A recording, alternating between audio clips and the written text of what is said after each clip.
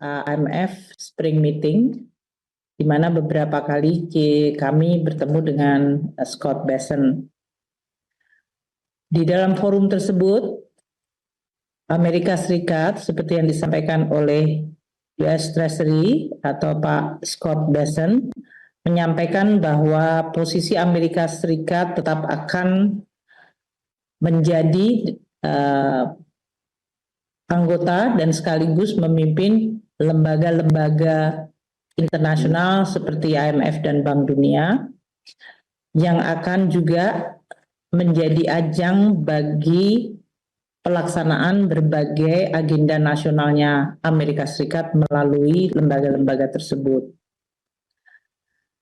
Kita dalam hal ini tentu perlu untuk terus melihat bagaimana peranan dari Amerika Serikat di dalam lembaga-lembaga internasional, termasuk reformasi dari WTO yang sekarang menjadi fokus dari berbagai macam kebijakan yang dilaksanakan oleh Amerika Serikat terhadap partner dagangnya, yaitu termasuk melakukan reciprocal tarif. Tujuannya adalah untuk menciptakan, menurut Amerika Serikat, sebuah tatanan perdagangan yang lebih adil. Di dalam konteks ini tentu kita juga harus terus mempelajari perkembangan ini, karena di dalam pembahasan kami, Pak Menko dengan kami tadi dalam pertemuan, Amerika juga menyoroti mengenai hubungan Amerika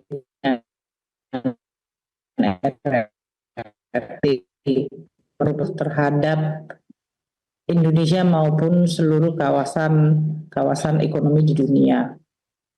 Oleh karena itu, untuk mendukung apa yang telah disampaikan Pak Menko, proses negosiasi Amerika Indonesia dengan Amerika Serikat melalui seluruh jalur yang bisa kita lakukan, baik itu tadi melalui USTR, melalui jalur Department of Commerce, dan sekarang juga dari US Treasury, tentu untuk mendapatkan gambaran yang lebih lengkap bagaimana ekspektasi dari Amerika Serikat dan proses pengambilan keputusan dari pemerintahan Amerika Serikat terhadap berbagai partner dagang mereka, termasuk dalam hal ini Indonesia.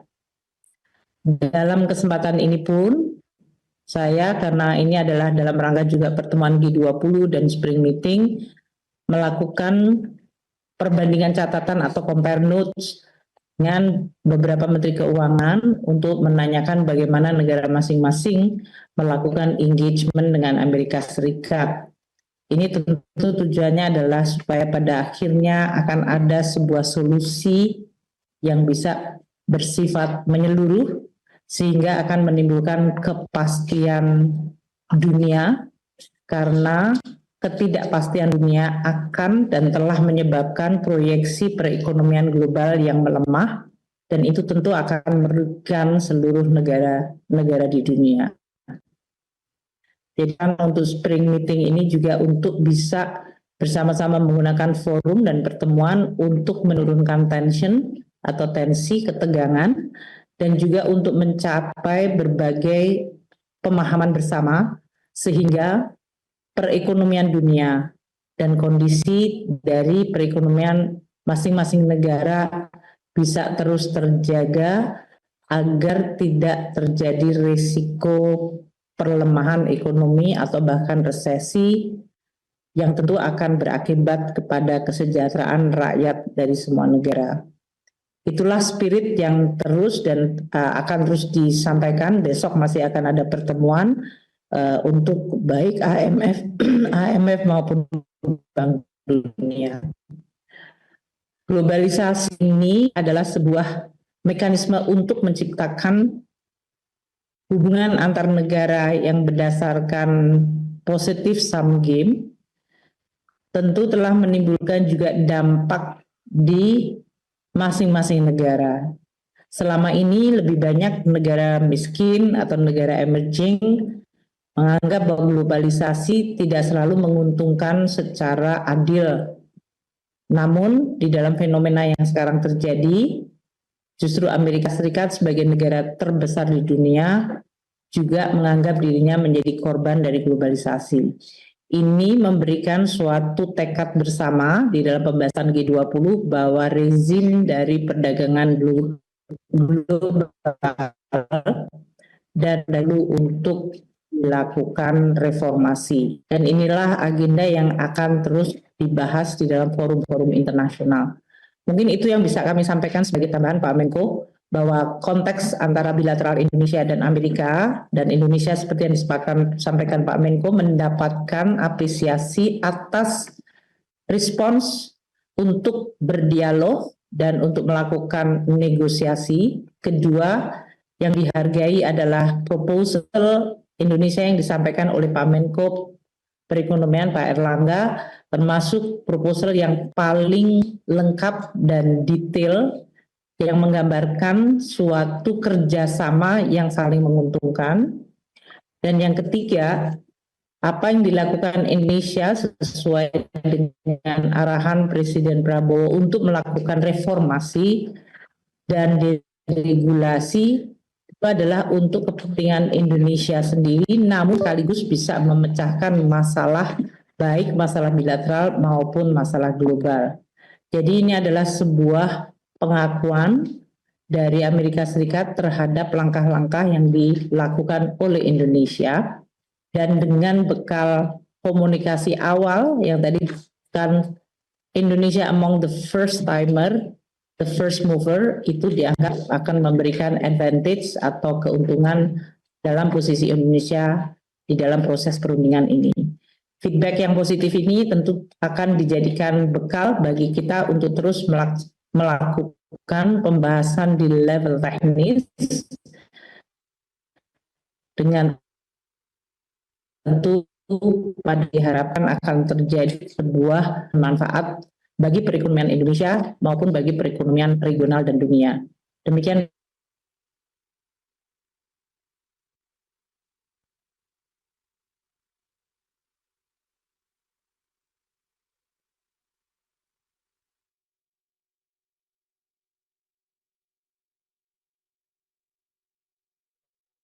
Pernyataan bersama yang diberikan dalam sebuah konferensi pers oleh Menteri Koordinator Perekonomian Airlangga Hartarto dan juga Menteri Keuangan Sri Mulyani terkait dengan perkembangan terkini dari negosiasi perdagangan Indonesia dan Amerika Serikat.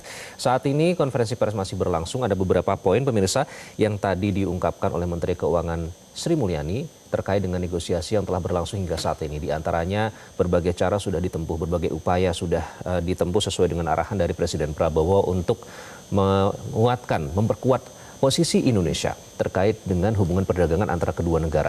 Tadi sempat disebutkan oleh Menteri Keuangan Sri Mulyani bahwa Amerika Serikat telah menanggapi atau menyebut Indonesia sebagai first timer dan juga first mover. Ini dianggap atau sebagai pihak pertama dari berbagai negara yang termasuk memberikan respon lebih awal dibandingkan negara-negara lainnya. Kita akan kembali dengarkan pernyataan keduanya. Secara berimbang. Tindak lanjutnya, yang pertama akan dilakukan konsultasi internal di dalam negeri dan kemudian terus berkomunikasi dengan pihak Amerika Serikat.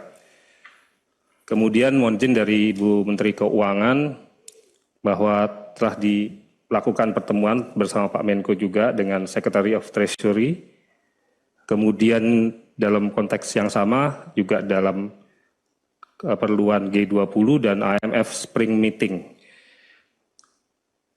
Jadi ketiga pertemuan tersebut untuk mengetahui posisi Amerika Serikat dalam konteks lembaga-lembaga multilateral, dan tadi sudah dijelaskan bahwa Amerika Serikat tetap akan menjadi anggota.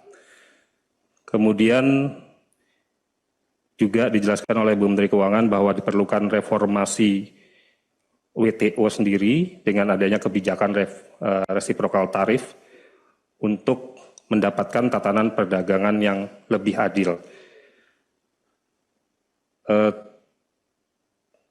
Semua jalur sudah ditempuh dan tadi disampaikan juga bahwa proposal yang disampaikan oleh Indonesia, Pak Menko Perekonomian, mendapat respon yang sangat positif karena baik menyangkut kepentingan bilateral dan juga kepentingan global. Mohon izin, demikian highlight yang dapat kami sampaikan. Izin Pak Menko, apakah kita bisa berlanjut ke sesi kedua, tanya jawab? Silakan. Terima kasih Pak.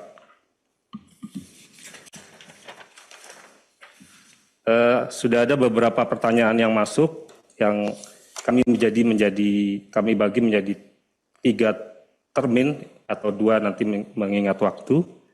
Yang pertama dari Ayos Carlos dari iNews. Ada 3 pertanyaan, akan saya sampaikan secara singkat.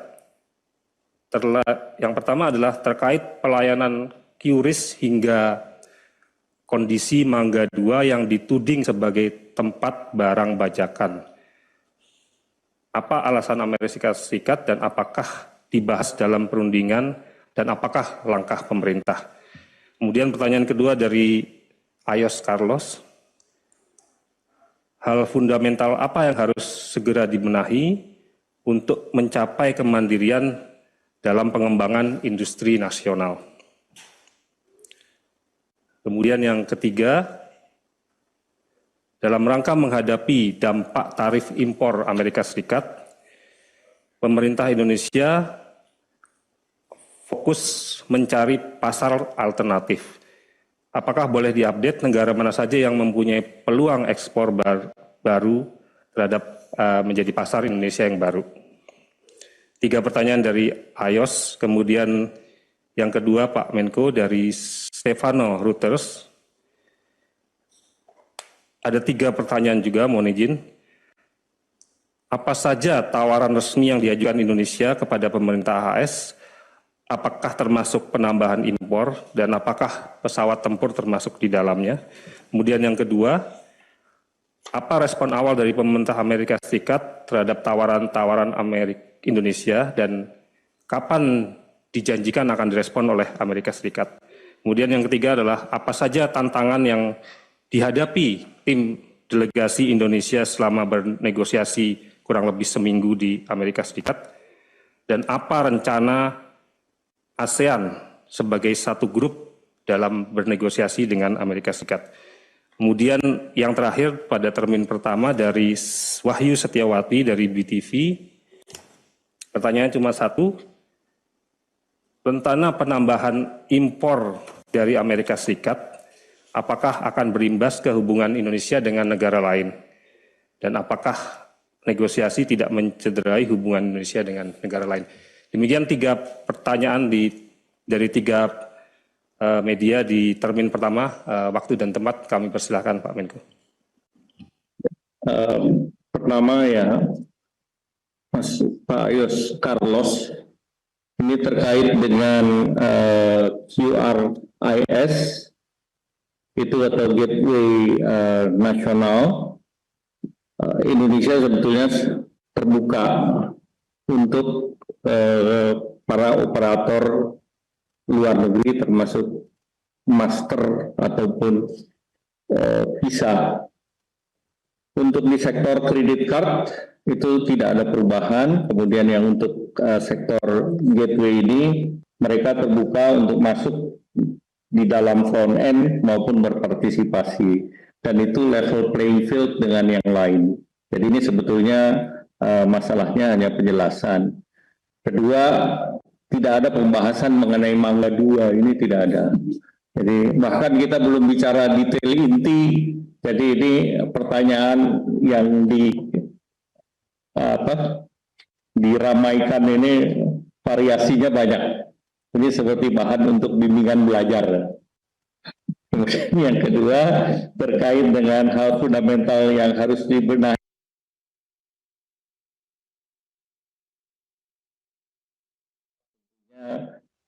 Terkait dengan akses terhadap pasar-pasar produk industri nasional.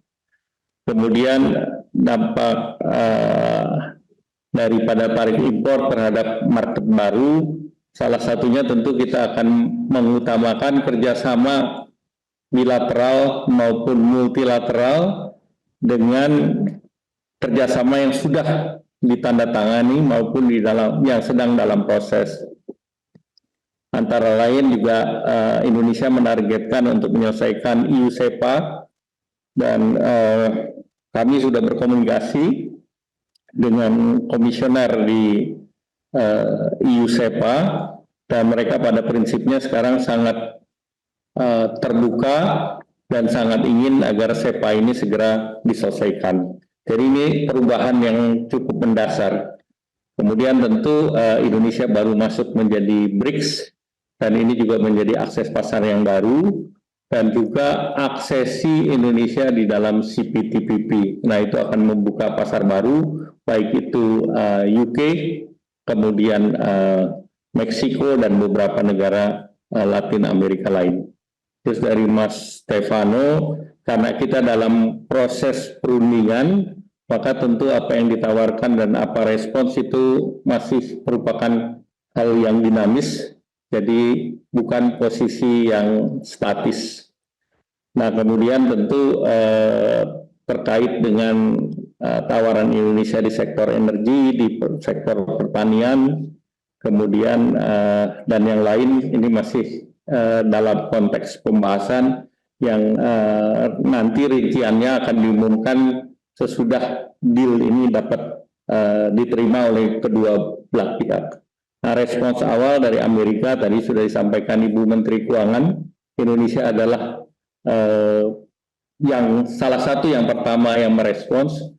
Tentunya ada keuntungan bagi Indonesia karena ini sebagai salah satu adalah early mover advantage yang bisa menjadi salah satu referensi bagi Amerika.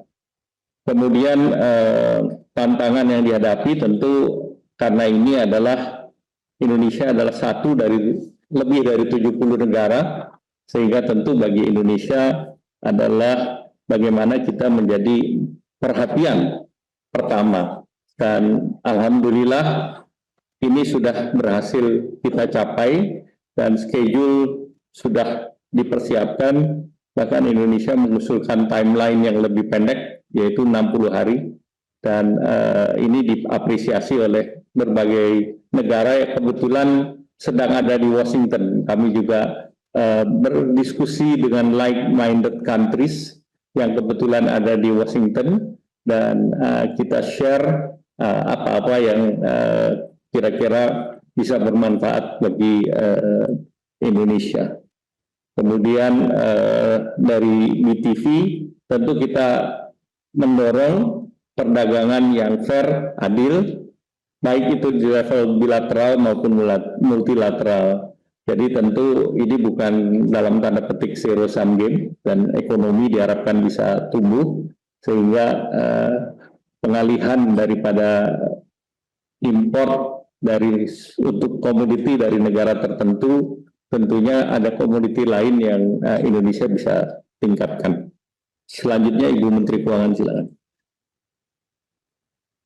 Pak Menko sudah menjelaskan dari sisi pendekatan disampaikan tadi oleh Sekretari Present, memang Amerika melakukan perundingan secara bilateral. Jadi dalam hal ini tidak dilakukan dalam bentuk grup negara.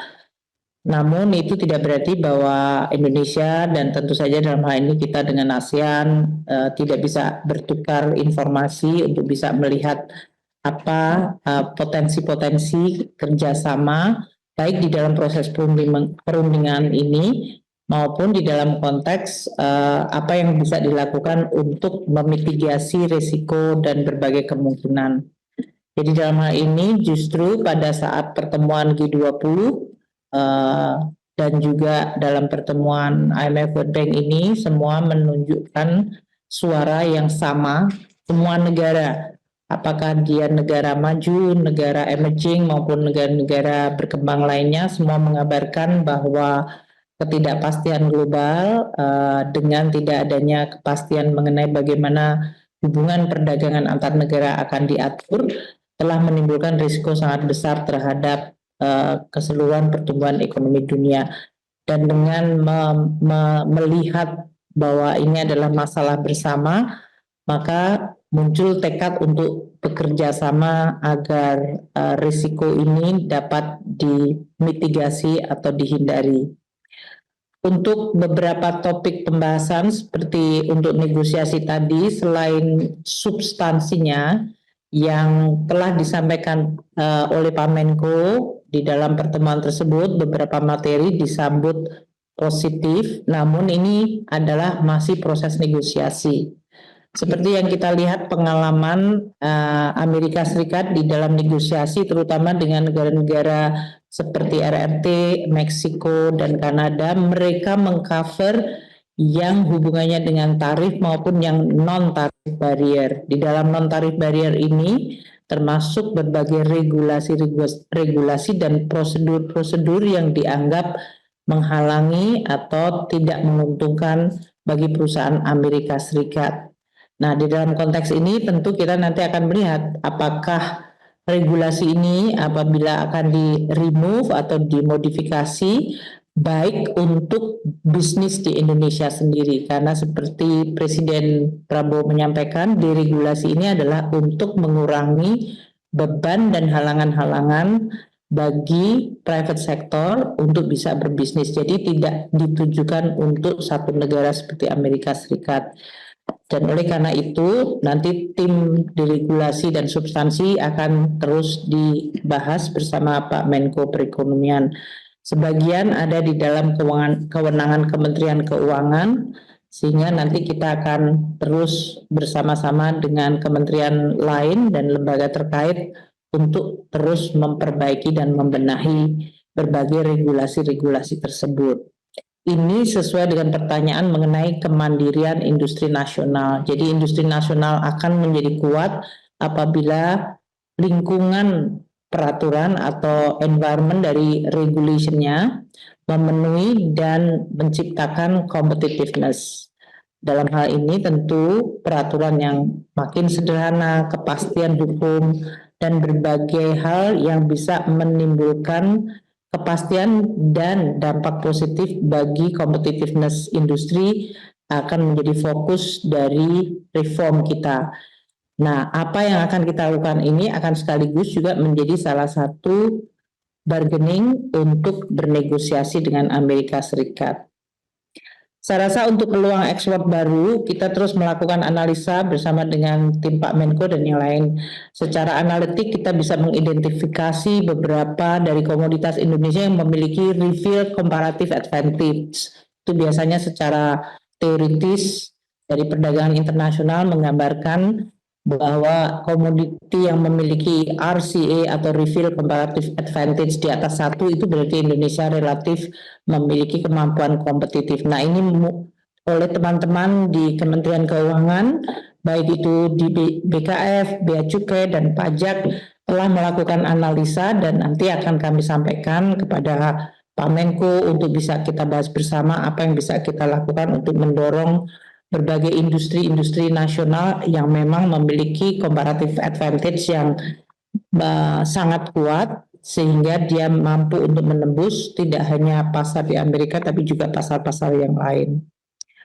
Untuk tadi yang disampaikan mengenai ASEAN secara grup, karena sekarang baru saja 2 minggu yang lalu kita juga bertemu di Kuala Lumpur untuk Menteri-Menteri Keuangan. Tadi juga Amerika Serikat menyampaikan bahwa mereka hadir pada saat seperti pertemuan Menteri-Menteri Keuangan dan Gubernur Bank Sentral, dan mereka juga menanyakan bagaimana respons ASEAN secara grup, sehingga ini juga bisa menjadi salah satu referensi bagi Amerika Serikat untuk melihat ASEAN sebagai satu grup.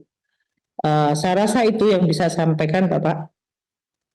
Terima kasih, Bu Menteri Keuangan. Silakan Pak Aryo. Baik Pak, ada beberapa hal yang... Termin aja Pak Aryo ya. Siap Pak Menko. Termin terakhir. Siap Pak. Termin kedua,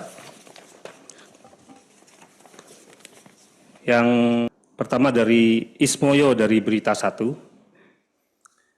Pertanyaannya adalah terkait potensi relokasi industri ke Indonesia imbas perang dagang, apakah sudah ada investor yang berminat untuk membuka industri di Indonesia dan dari negara mana? Kemudian dari Forestia Garuda TV, Pertanyaannya adalah jika dalam negosiasi kedua ini masih belum ditemukan kesepakatan, apakah akan dilakukan negosiasi kembali? Jika bentuk negosiasi yang ditawarkan Indonesia untuk Amerika diterima, apa saja permintaan Indonesia ke Amerika untuk mencapai kesepakatan? Kemudian yang terakhir di termin kedua adalah dari Alif Rahman El Sinta, terkait pertemuan Indonesia dengan RRT, apakah pihak Amerika membahas hal tersebut juga? Demikian Pak Menko. Terima kasih. Terima kasih. Dengan Pak Ismoyo terkait dengan relokasi, karena ini kan tarif ini baru akan dikenakan oleh Amerika Serikat dan dalam 90 hari itu diterapkan 10% kepada seluruh negara. Sehingga tentu relokasi ini yang terkait dengan tarif belum berdampak hari ini, karena ini bukan sesuatu yang instan. Namun kita belajar dari trade war jilid 1 antara China dan Amerika, ada beberapa industri yang relokasi ke Indonesia. Nah tentu momentum ini yang terus didorong oleh Indonesia, salah satunya juga kemarin dalam pengembangan Special Economic Zone di kawasan Batang, Jawa Tengah, yang di dalamnya nanti ada two countries twin park. Jadi itu yang diharapkan, ini terlepas dari tarif, tetapi terkait relokasi itu Tadi disiapkan. pernyataan yang disampaikan oleh Menko Bidang Perekonomian Erlangga Hartarto dan juga Menteri Keuangan Sri Mulyani terkait dengan perkembangan dari negosiasi yang diwakili oleh delegasi Indonesia dengan Amerika Serikat terkait dengan pemberlakuan tarif resiprokal oleh Presiden Amerika Serikat Donald Trump. Ada beberapa poin yang disampaikan dalam konferensi pers tadi, diantaranya Indonesia telah dinilai sebagai negara yang first timer. Ini artinya dari beberapa negara Indonesia dianggap sebagai yang pertama memberikan respon.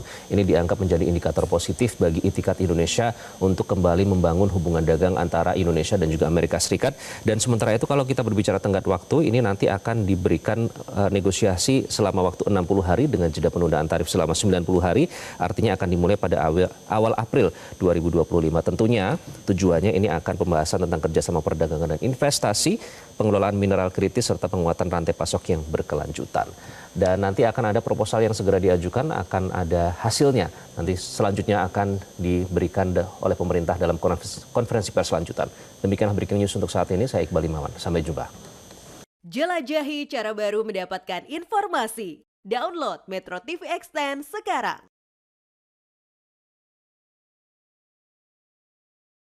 Selamat pagi, saya akan memberikan berita umpan balik terhadap video tersebut. adab video tersebut. Oke, tentang Tentang Indonesia Indonesia menjadi menjadi negara negara dengan dengan hambatan perdagangan internasional internasional yang signifikan yang disebut dekat karena beberapa beberapa faktor yaitu perbedaan regulasi dan perbedaan nilai nilai mata uang. mata uang. Sekian dan terima kasih. Sekian dan terima kasih.